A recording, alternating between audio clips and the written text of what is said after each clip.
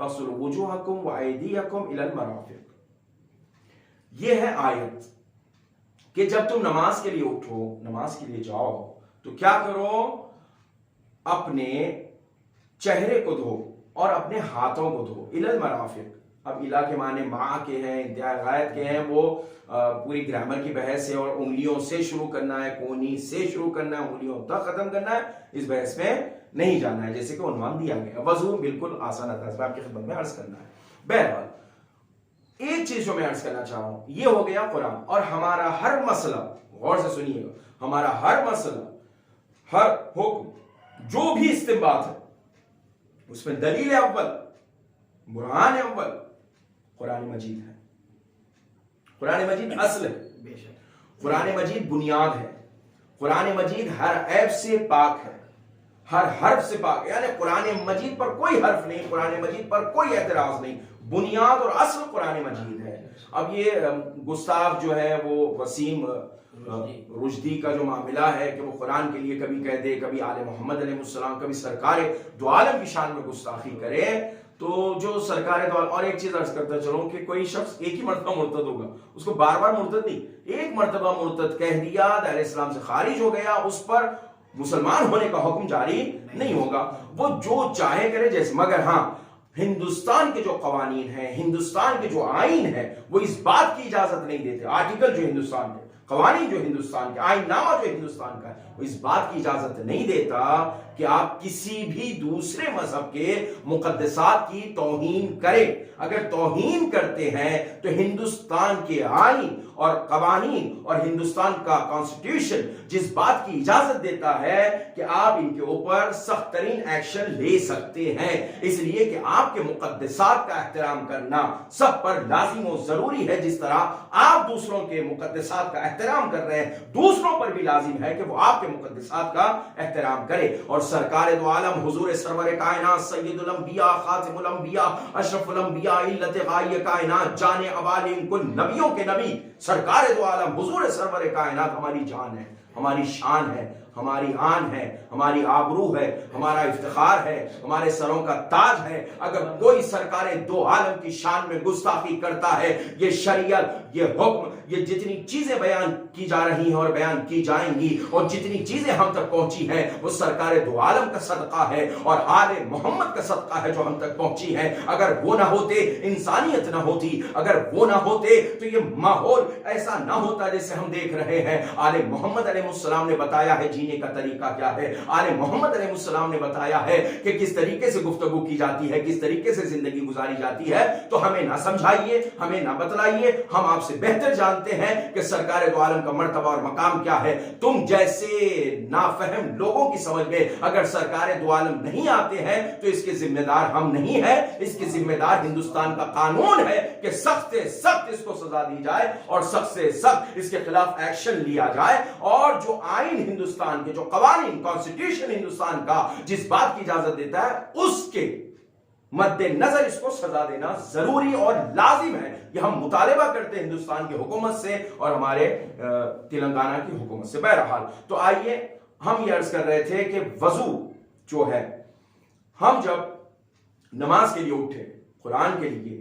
یا طواف خانہ کعبہ کا جو واجب طواف، وہاں پر بھی وضو لازم ہے. اور اگر ہم لاکٹ وغیرہ لگاتے ہیں، کڑا وغیرہ لگاتے ہیں، اگر وہاں پر آیت قرآن ہے تو وہاں پر بھی وضو لازم اور ضروری ہے. اور ایک چیز عرض کر دو، علم، جب ہم علم مبارک کے زیارت کے لیے جاتے ہیں تو علم مبارک کو جب ہم زیارت کے لیے ہاتھ بڑھاتے ہیں، اس لیے کہا گیا باوضو رہنا. کیوں؟ اس لیے کہ فرش اعظم مقدس مقام ہے. فرش اعظم مقدس مقام ہے. اس کی اہمیت اور اس کی جو بلندی ہے، اس کی جو عظمت ہے، اگر سمجھنا ہے تو مراجع کرام سے سمجھیے. اللہ اکبر. جو مراجع ہمارے علماء اور مراجع، ان لوگوں نے کیا کہا؟ آپ وضو کر کے فرش اعظم پر آئیے. کیوں آئیے؟ اس لیے کہ یہاں پر وہ بی آتی ہیں جو ملکہ عصمت و طہارت ہے. سبحان اللہ. ملکہ عصمت و طہارت ہے. باوضو آئیے تاکہ معرفت ہو. باوضو، وضو کا سلسلہ بہت اہم ہے. اور آخری زمانے میں اگر روایتیں آپ اٹھا کے دیکھیں، ابھی تو ہم نے وضو کی بحث شروع نہیں کی، اگر آخری روایتیں آپ اٹھا کے دیکھیں، آخری زمانے میں جو روایتیں آئی ہیں اس میں یہ ہے، اگر دین کی حفاظت چاہتے ہو، کیونکہ آخری زمانے میں یہ ہے کہ انسانوں کا ایمان کمزور ہو جائے گا، اور اس کی مثال ہمارے سامنے ہے جس پہ ہم اتنی دیر سے بحث کر رہے تھے. کہ بالکل ایمان جو ہے نا